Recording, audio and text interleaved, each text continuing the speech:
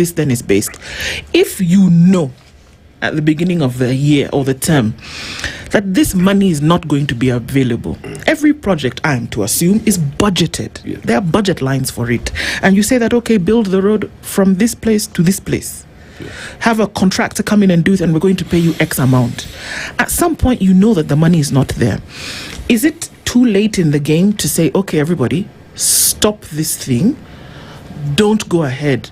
But it seems like we tell the contractors, go ahead, money will come. But by your own admission, you already know that the money will not come. But then now you have pending bills. That's why we have what is called a supplementary budget. So once you realize that this is not working, then you have to ask for supplementary budget to adjust according to the unforeseen maybe challenges. Maybe said we are going to raise this, but we realize we are not getting there. But I think the most critical... do you get the supplementary budget funds? Yes, we do. So then why are these people not paid? Sometimes we get the supplementary budget. Sometimes, like, we had a challenge, like, let me talk for Bungoma. Yeah. Last year when we had a bit of issues with the MCS, they refused to pass a supplementary budget.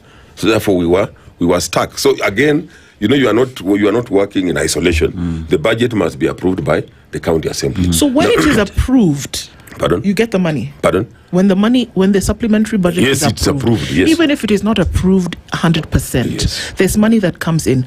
Do we see now a significant reduction of pending bills because of the approval of this supplementary budget? Yes, there must be. There should be a reduction of the pending bills. And that's why we're saying that we need to be, this is a learning process. And also saying that, you see, some of the staff, the human resource that we have, some of them still have challenges in terms of competence. But it's a learning curve where we're saying now we must be, and that has been my point, we must be realistic about our on-source revenue. Let our projections be accurate. Number two, let us verify the projects that we are going to pay for. And that has been done, because there are also projects. What brought down, also we realized when we did the verifications that there were ghost projects, which were done, which were supposed to have been paid by the previous administration, and we said no. We are not going to pay for any projects that we have not checked or verified that this was a project. Again, when we realize that, we find that reduces the pending bills, because if it's fake, we will not pay. Governor, that speaks to internal controls, where that then, if we are proceeding with a project, or rather we have pending bills based on projects that do not exist, it speaks to a weak internal control mechanism. And with that, even senators themselves raised it in terms of internal audit committee that was absent at the time. County Public Service Board has been delayed in terms of its formation, as well as weak financial management control. So if you are overseeing a county, you have on-source revenue, you have money that is coming from the national government, projects are ongoing, yet you do not have proper audit mechanisms to ensure that there is value for money, there is no wastage. One asks the question then, how are you overseeing the management of these funds if you do not have proper audit mechanisms for the same? We have an internal audit. We have internal auditors. Maybe their competence may be the issue, but they exist because that's a requirement that you must have an internal auditor. So they were there.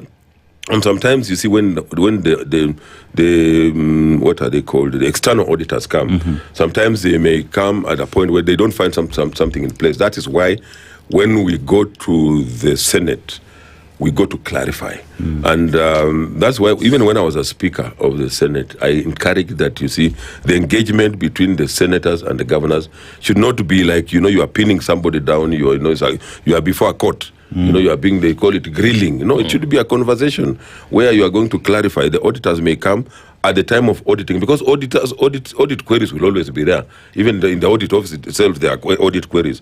At the time they are auditing, certain information may not be in place. So when you go, for example, to the Senate, you then provide answers and say, maybe the time you came, the Public Service Board, for example, was not on board because the process was ongoing. But you see, when they just come and say there's no Public Service Board, whatever, they're not explaining what has happened, but then you have an opportunity to explain. And as we talk now, the Public Service Board is in place, except the CEO, whom we have interviewed, is just awaiting approval by the Public Service Board. Then you talked about some audit of 1.7. What was it about? Maybe just on The 17 billion that comes. No, the statutory, not statutory. Yes. The statutory deductions that are yes. not The remitted, the remitted, yes, yeah. I think that was an error that was committed by the previous administration. I don't know why they were not remitting, but as we speak now, my administration is up to date in terms of remittances. The Governor, before you get, Governor, you've just mentioned something that I think is a gap that exists in the county. If you have an internal auditor whose competency is suspect, then what exactly are they doing in office? And perhaps you knowing that you need to have someone with the competency to do their job, how are you fixing that? Yeah, of course, we have already advertised to get a competent internal auditor. Those are the challenges that you'll face in any system. Has the current one been fired? Yeah, the current one has now been taken, is on leave. So we are trying to get a competent one to come. Paid leave or non-paid leave? I don't know the details.